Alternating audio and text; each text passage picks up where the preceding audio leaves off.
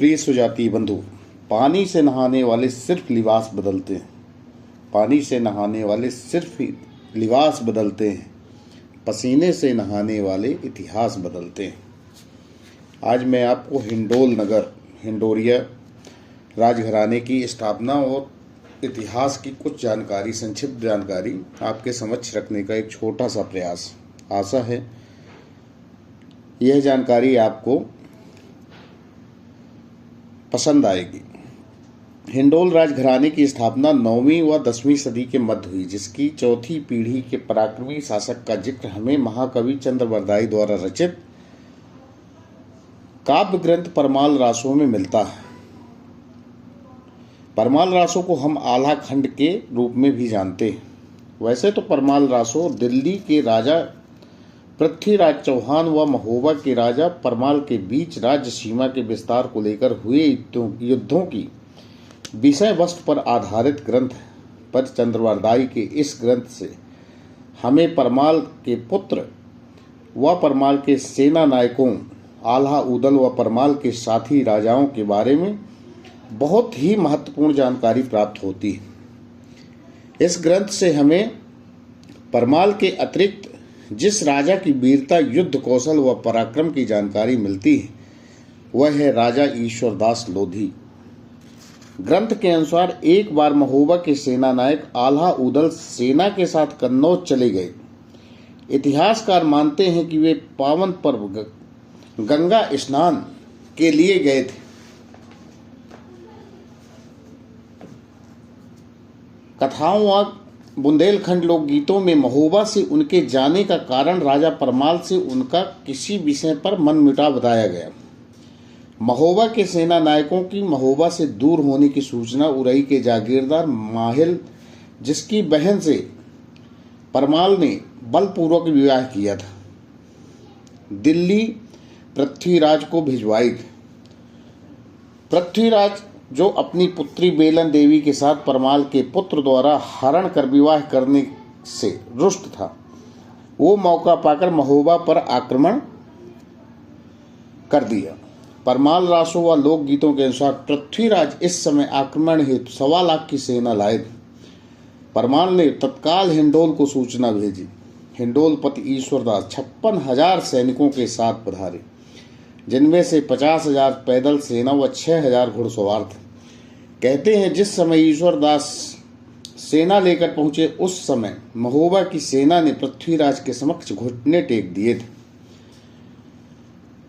लेकिन ईश्वरदास ने जब युद्ध में अपना कौशल दिखाया तो दिल्ली की सेना के पैर उखड़ने लगे। ईश्वरदास स्वयं ही सेना का संचालन करते हुए विपक्षी सेना के नायक पृथ्वीराज तक पहुंच गए।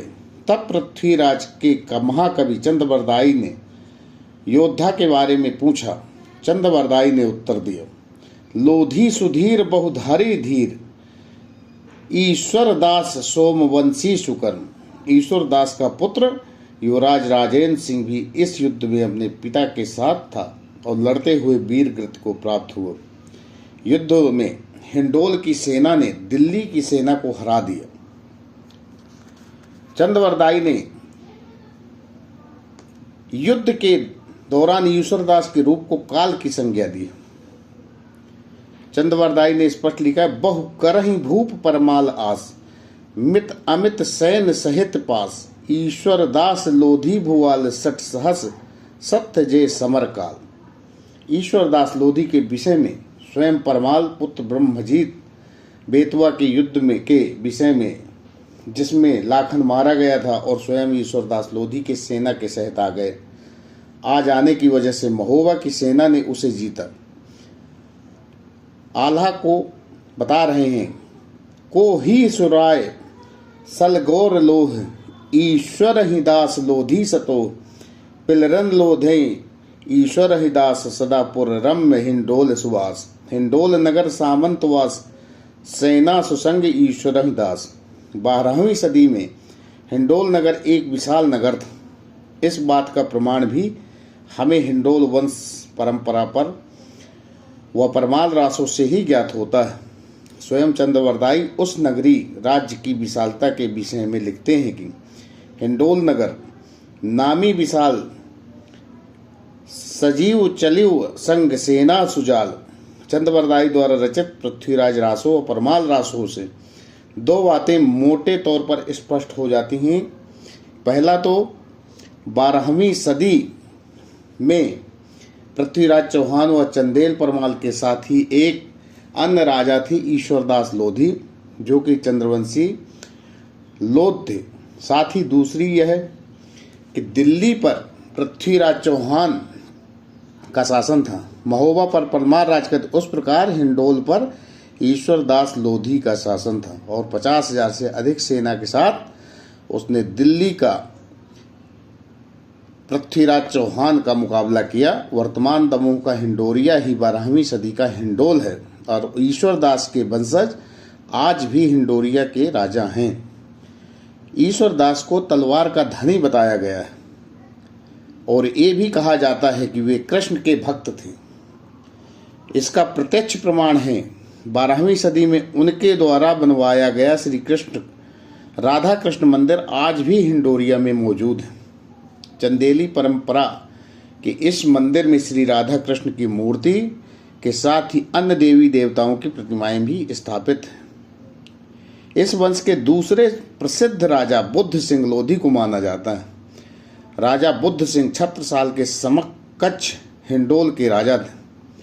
छत्रसाल ने जब हिंडोल पर 17वीं सदी में आक्रमण किया तब बुद्ध सिंह ही वहां के राजा थे। उन्होंने छत्रसाल का मुकाबला डटकर किया।